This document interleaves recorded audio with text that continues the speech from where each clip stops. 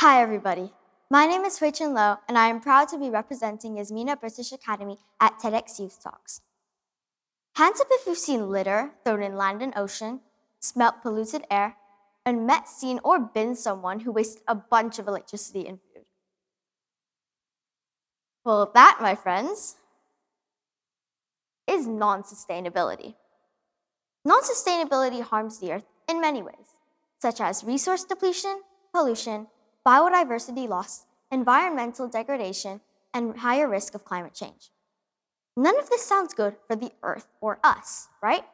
However, we are living in these conditions at the moment, and it's our fault that the world is like this. But what if I told you we could fix this with education, and not just any normal education? Education and sustainability, and the small actions we take that can create ripple effects that spread far beyond ourselves.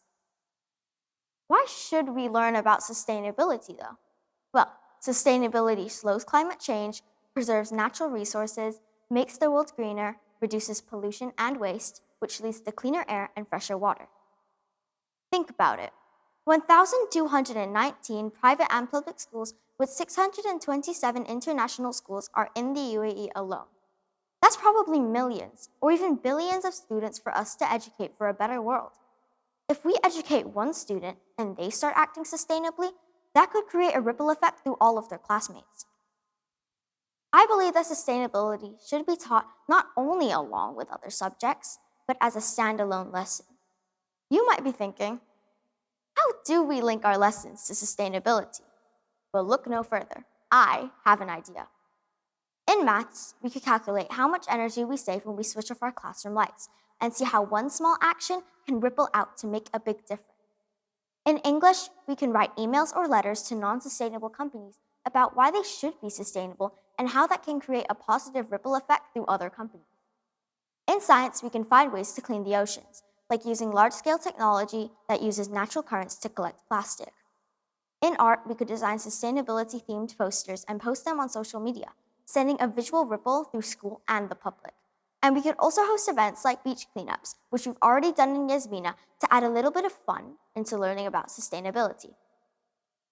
Second of all, we can all make teeny tiny actions in our daily lives that contribute to the environment, such as turning off the tap when you're not using it, which saves 6 liters of water per minute, turning off the lights when you're leaving a room, not wasting food, which 1.3 billion tons of is wasted each year, and reducing, reusing, and recycling. All of this can be achieved no matter where you are, whether in school, the park, or your home. Think about it. If everyone here, every student, teacher, or parent in this room did this, wouldn't we create a ripple effect that spreads through the entire world? Finally, preventing harm to our world. As my parents always say, prevention is better than cure.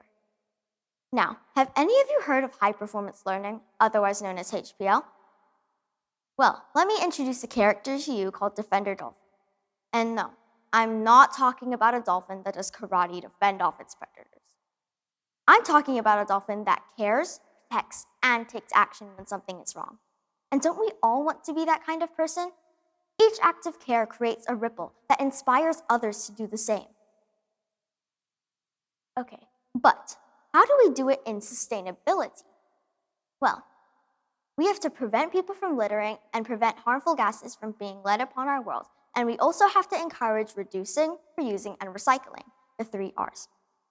As Pete Seeger, the legendary activist and songwriter, said, if it can't be reduced, reused, repaired, rebuilt, refurbished, refinished, resold, recycled, or composted, then it should be restricted, designed, or removed from production. I'm sure that's super easy. And the best part about it is that it's totally free. We don't need any money to make the world a better place. So if we get the opportunity to change our world for the better, why not take it up? Sustainability isn't just about keeping the world green. It's also about protecting all species on the planet. Lots of animals live in trees, right? And what do people do? They constantly chop them down. Did you know that each year, 15 billion trees are cut down? That's a lot of trees, and we don't want that to continue. We don't want that to create a negative ripple effect for our world.